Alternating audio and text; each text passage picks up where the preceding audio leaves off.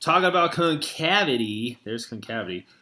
Given this function, on what intervals is the graph of f concave upwards? Now, if you guys want to know where we're concave up, then you're going to need f double prime, because that's what tells you if where a function is concaving up or concaving down. Um, now, before I do this, I'm going to go ahead and rewrite f because I don't want to do any product rule or anything like that. Because right now we have this x to the fourth multiplied to this factor, and if we wanted to take the derivative of this, we're going to need to use the product rule. I don't want to use a product rule, so let's distribute. We have 2x to the 6th minus 15x to the 4th. And then we're going to need to find the first derivative, so then we could find the second derivative after that. So I'm going to go 6 times 2, which is 12, x raised to the 5th power minus 15 times 4 is going to be 60, x raised to the 3rd power. Now that's the first derivative. We need the second. The second derivative will tell us about concavity of f. All right, so we get 60, x to the 4th minus, and then 6 times, or 60 times 3 would be 180, x to the 2nd power. Okay, on what intervals is the graph of f concave up? So if we make a sine line graph for f double prime, we will know where the function f is concave up. So we're going to have to first find the possible inflection points. Now, finding possible inflection points is pretty much the same as finding critical values. What you're going to do is you're going to set the function equal to 0. And since we're doing concavity, we're setting f double prime equal to 0. And we're going to have to solve this. So it looks like I can factor out here a 60x squared. After I do that, I get x squared minus 18 divided by, 180 divided by 60 is going to be 3. And then no more x. The x was taken out.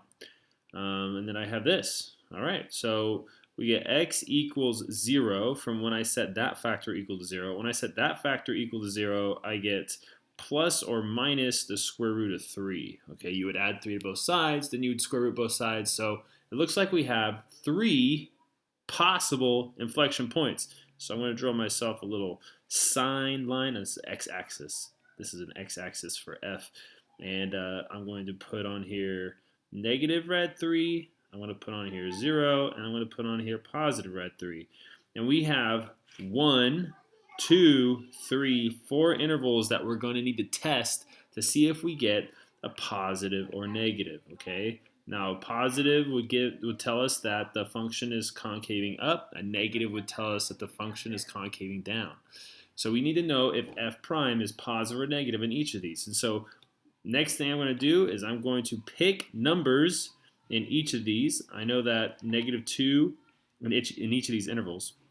Negative 2 is less than negative rad 3. Negative 1 is between negative rad 3 and 0.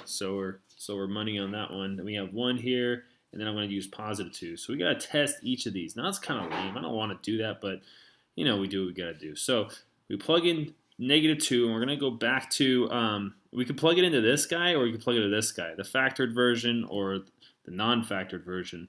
In this case, I think I'm going to use the factored version. So we have 60. We're going to plug in negative 2. We're going to square that guy. Negative 2 squared minus 3. What is this? Is this positive or negative? So this would be a positive 4. This would be a positive 4. Minus 3 would just be a 1. So it looks like we got a positive times a positive times a positive. So we know we're going to be positive in this interval. Okay, next let's try negative 1. 60, negative 1 squared.